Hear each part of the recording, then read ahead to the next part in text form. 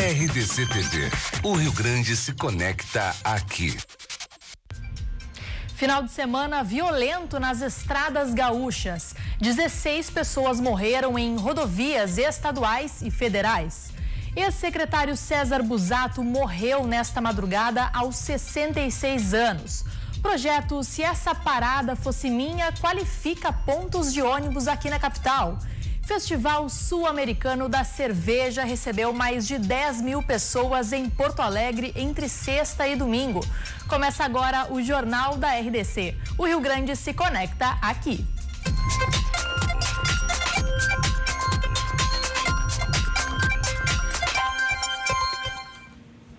Boa noite. Começamos o Jornal da RDC de hoje com uma notícia nada boa. O final de semana do Dia dos Pais foi violento aqui nas estradas gaúchas. 16 pessoas morreram nas rodovias estaduais e federais.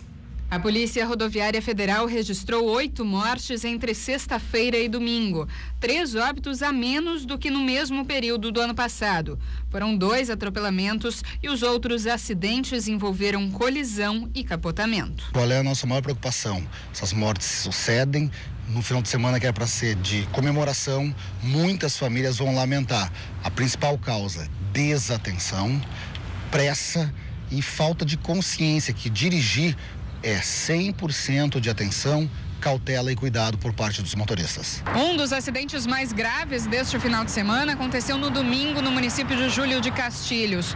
2 veículos colidiram de frente e 3 pessoas morreram na hora. Mais 3 passageiros ficaram feridos. No domingo de manhã, outra colisão à noite, que foi um capotamento na região de Eldorado do Sul, uma estrada movimentada, um veículo correndo, forçando ultrapassagem, conforme testemunhas, capota as pessoas em cinto de segurança, crianças com a cadeirinha, mas não a cadeirinha presa no cinto, morrendo crianças que podiam estar comemorando o Dia dos Pais. Nas rodovias estaduais foram registradas mais 8 mortes. A fiscalização durante esses dias foi redobrada, gerando mais de 3 mil multas para os motoristas.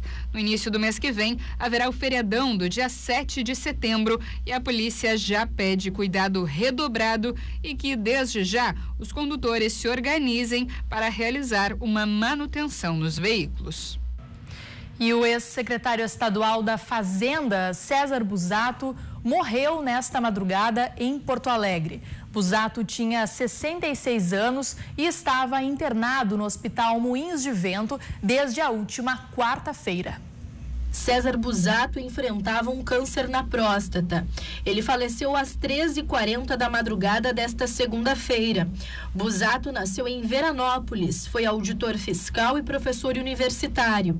Também fez carreira política como deputado estadual no PMDB e PPS. Ocupou cargos importantes na gestão de Porto Alegre e foi secretário da Fazenda no governo Antônio Brito. O velório ocorreu ao longo do dia na Assembleia Legislativa. Familiares e autoridades políticas estiveram presentes. Foi uma pessoa que teve grandes inovações, desde a lei da LIC, aqui eu fui colega dele como secretário de Estado na época do governo Brito. Fui colega dele como deputado, um homem que tinha o conhecimento do que era a sociedade urbana. Foi uma pessoa dedicada, procurando resolver problemas, não buscando tirar proveito pessoal. Chegava a radicalizar na defesa dos seus interesses, radicalizar no bom sentido. E nós não devemos ficar dizendo foi uma perda, é um exemplo. E os exemplos vivem, os exemplos não morrem. O economista veio a óbito no Hospital Moinhos de Vento. Ele deixa a mulher e 2 filhos. Um deles é o atual secretário da Fazenda de Porto Alegre, Leonardo Busato. O corpo de César Busato foi cremado às 8h30 da noite no crematório metropolitano. A Prefeitura de Porto Alegre está oferecendo testes rápidos de HIV, sífilis e hepatite C gratuitamente. A ação faz parte da Semana da Juventude iniciada hoje.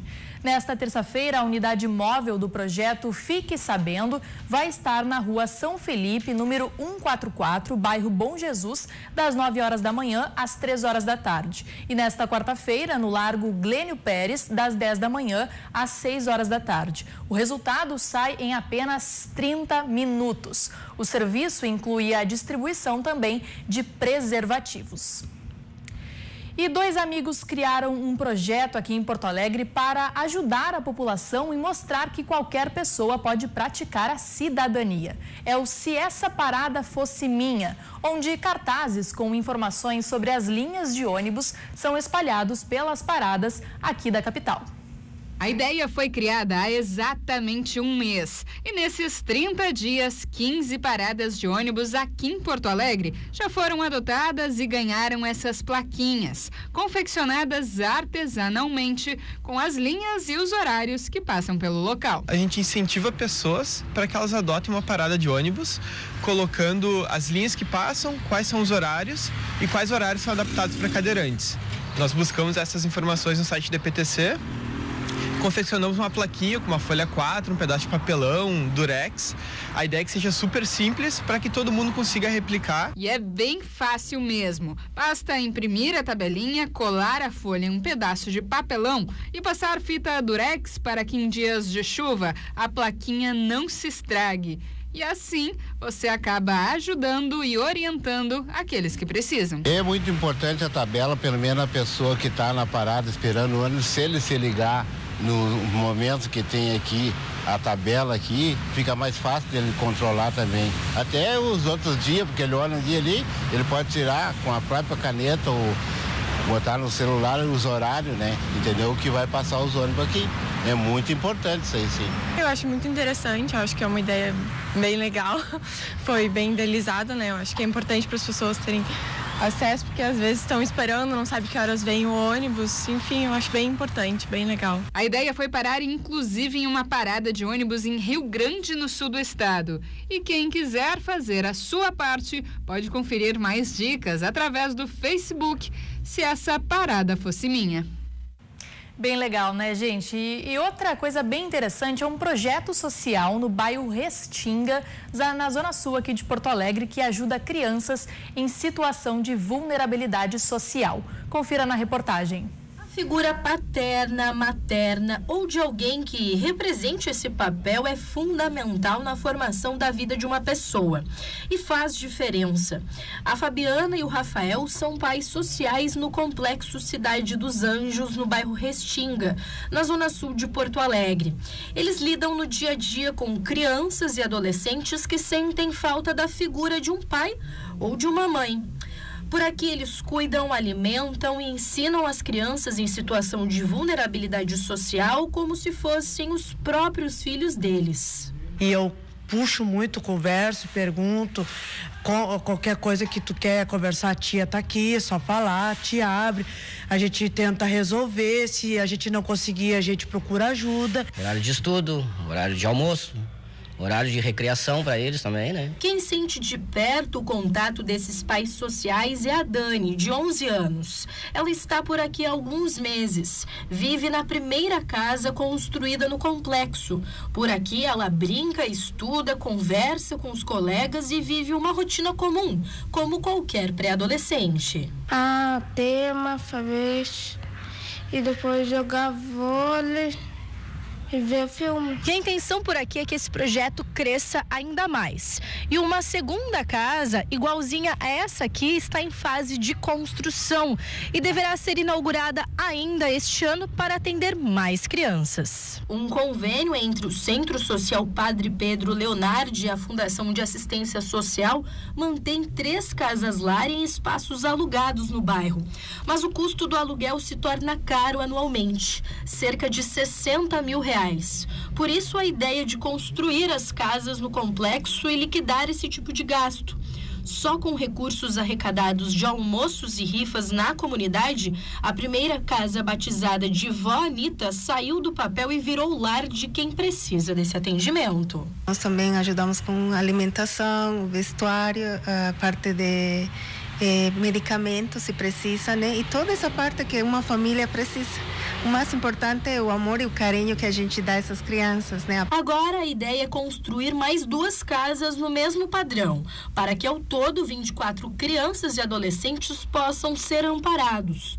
O complexo também tem quadra de futebol, vôlei e até uma horta. Um amplo espaço também está reservado para a construção de lojas que possam comercializar produtos para arrecadação de recursos para o próprio complexo. Projeto pensado com energia solar, captação da água da chuva para a horta, lojas para manter toda essa estrutura, para que a gente possa ser assim, não ficar sempre chorando, pedindo, nós criarmos os meios para que essas crianças sejam cidadãos de verdade, acima de tudo que muitos direitos deles foram violados, que a gente possa garantir esses direitos a uma boa cama, uma boa comida, uma boa educação. Uma próxima casa do complexo Cidade dos Anjos deverá ser inaugurada ainda este ano.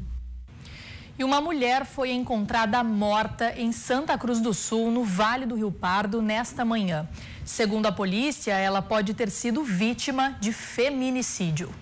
O corpo de Francine Ribeiro, de 24 anos, foi encontrado pela família em um matagal na cidade de Santa Cruz do Sul. Segundo a polícia, não havia sinais claros de armas de fogo ou brancas, nem de violência sexual. Manchas roxas no pescoço de Francine indicam que ela pode ter sido vítima de feminicídio. Outra hipótese trabalhada pela investigação é a de latrocínio, já que a vítima estava sem o celular. As investigações prosseguem para indicar suspeitos e a real causa da morte da jovem.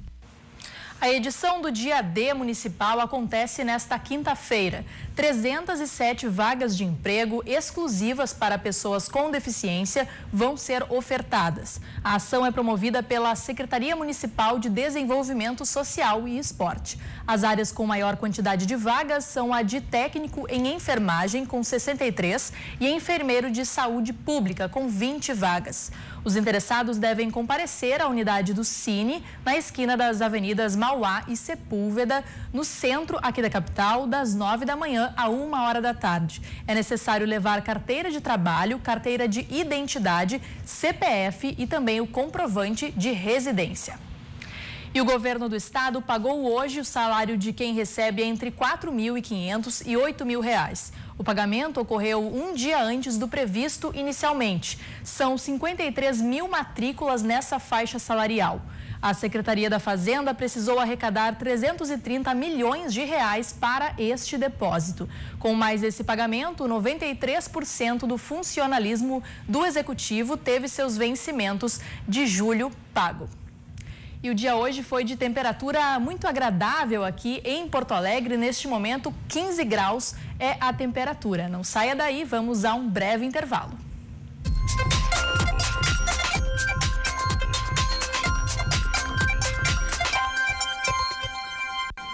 Estamos de volta com o Jornal da RDC. Para interagir com o nosso programa, utilize a hashtag Jornal da RDC no Twitter. Lembrando que a RDC também tem Instagram, é @RDCTV Digital. Você pode assistir toda a nossa programação através do nosso site, que é www.rdctv.com.br, ou também o nosso Facebook, que é facebook.com/RDCTV Digital. A RDC-TV é uma emissora que nasce com a proposta de unir o Rio Grande do Sul por meio do jornalismo e do entretenimento. E você também pode participar aqui da nossa programação no quadro Cidadão Repórter. Olá, nossas equipes de reportagem estão diariamente produzindo muito conteúdo de qualidade para levar informação a você, nosso telespectador. Hoje nós estamos em Canoas, na região metropolitana, mas nós queremos a sua participação. Sabe como? Você pode nos enviar um vídeo de até 1 minuto contando os problemas da sua comunidade. Afinal, o Rio Grande se conecta aqui. Seu vídeo pode ser enviado para o e-mail jornalismo@rdctv.com.br ou também o WhatsApp, que é 51-99815-9990. A gente aguarda a sua participação. E o programa Cruzando as Conversas de hoje vai discutir um tema que divide muitas opiniões, a eutanásia. A eutanásia é definida como a conduta pela qual se traz a um paciente em estado terminal ou portador de enfermidade incurável que esteja em sofrimento constante, uma morte rápida e indolor. No Brasil, o assunto ainda é um tabu, já que o ato é previsto em lei como assassinato. No entanto, nem todos os países encaram o procedimento da mesma forma. Holanda, Suíça, Canadá, Colômbia e Estados Unidos, por exemplo, permitem a morte dependendo do caso. O mediador do debate é o jornalista Cláudio Andrade, que vai receber os debatedores, o professor da URGS, Odalci Pustaio, a advogada Fabiane Verlind, a pedagoga Vilene Scartassini e também o médico Alexandre Guerreiro. Não perca Cruzando as Conversas às 10h30, logo após o Jornal da RDC. Mais de 10 mil apreciadores de cerveja estiveram no Festival Sul-Americano da Bebida neste final de semana.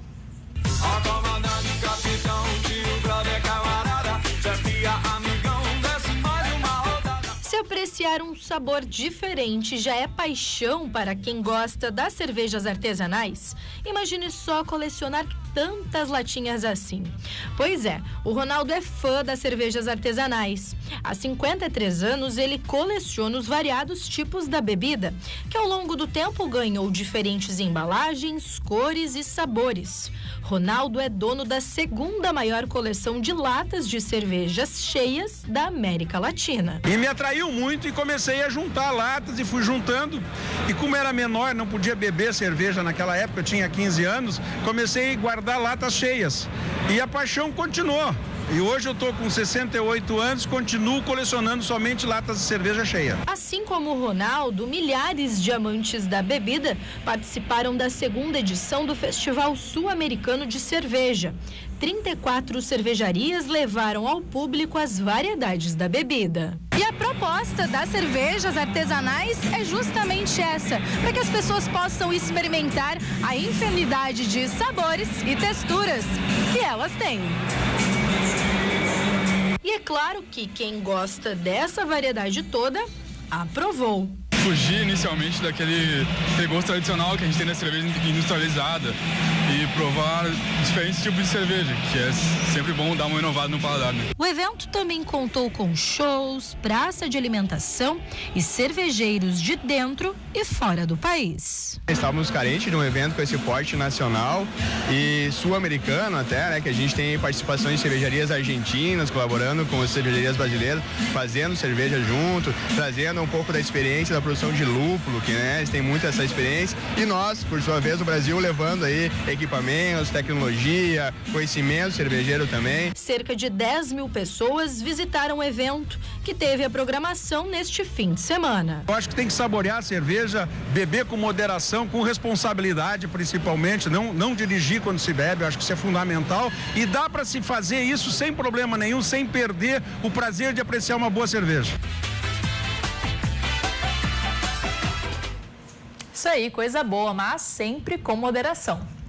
Confira agora a previsão do tempo nas 5 regiões do estado.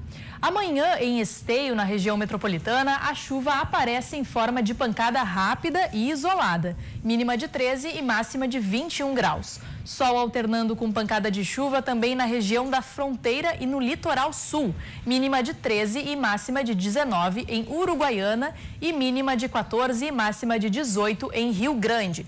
Na Serra Gaúcha, o sol predomina com pouca variação de nuvens, mínima de 9 e máxima de 19 em Bento Gonçalves. Em Santa Cruz do Sul, no Vale do Rio Pardo, o dia será de sol entre nuvens, mínima de 12 e máxima de 21 graus. E agora eu recebo aqui no estúdio o jornalista Cadu Oliveira para falar de futebol, e hoje temos só notícias boas, né? O Grêmio aí, uma goleada, o Inter também, o jogo terminou há pouco, 3-0. Conta pra gente aí, qual é a tua avaliação sobre esses jogos? Boa noite, Fabiane, boa noite quem nos acompanha. O Internacional conseguiu, há poucos minutos atrás, uma grande, extraordinária vitória, vencendo 3-0, o score feito no primeiro tempo, jogando com o Fluminense no Maracanã.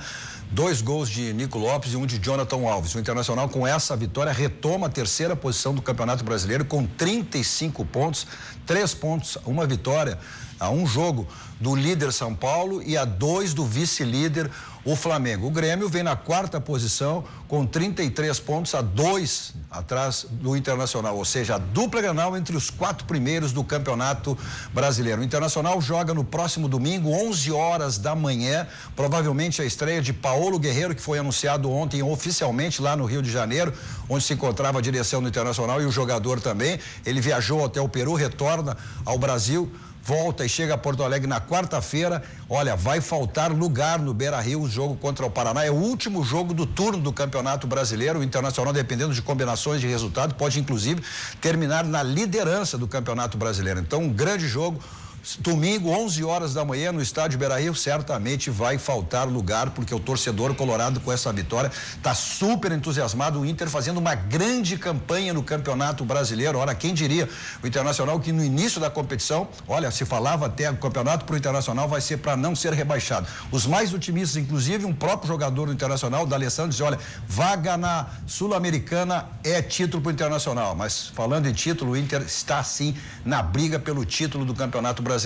São quase 40 anos sem uma conquista de título brasileiro. O último foi em 79, quando o Inter chegou ao tricampeonato brasileiro. Claro que o Inter depois conquistou a Copa do Brasil, conquistou Libertadores da América, conquistou o Campeonato Mundial, mas Campeonato Brasileiro, olha, tá com sede de título torcedor colorado. O Grêmio também uma grande campanha no Campeonato Brasileiro, está ali porque disputa 3 competições simultaneamente, é Copa do Brasil e Libertadores da América. O Grêmio ontem com time reserva, e se diz até que o time reserva está dando mais resultado, inclusive, que o time titular. A gente está vendo o primeiro gol, Douglas, né? Grande jogador, ele teve arrastado por uma lesão durante 2 anos, está voltando aos poucos, e ontem fez uma grande partida, fez esse gol, o primeiro gol que abriu aí o score e a vitória do Grêmio, vencendo o Vitória por 4-0. Aí a gente repete aí, vê novamente o lance onde o Douglas marcou o gol da volta. Ele já havia voltado, né? Mas ainda não havia marcado. Esse é o gol do Jailson, o segundo gol, ainda no primeiro tempo. Grande atuação do Jailson também, grande atuação de toda a equipe reserva. Essa equipe reserva que já havia vencido o Flamengo, né? Na semana passada, no sábado, ou melhor, no sábado retrasado, jogando na Arena, havia vencido por 2-0.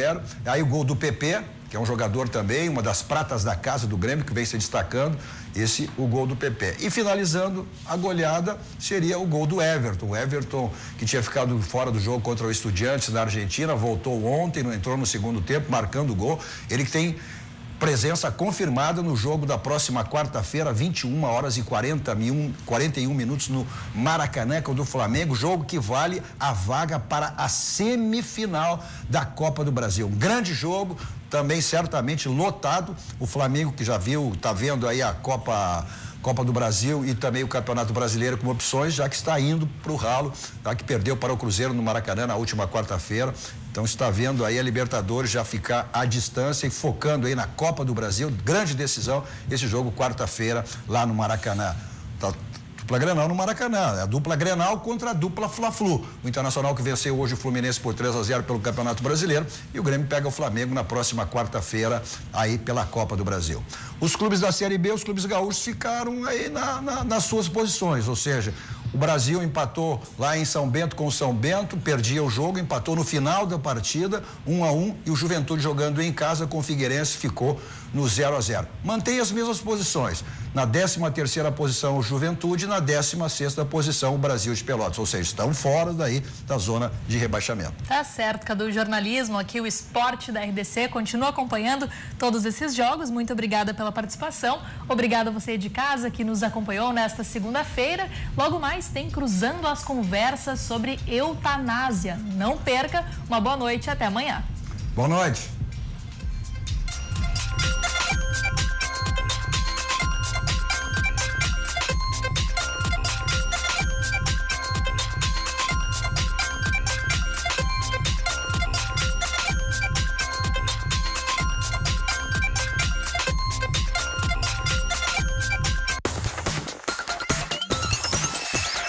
RDC TV. O Rio Grande se conecta aqui.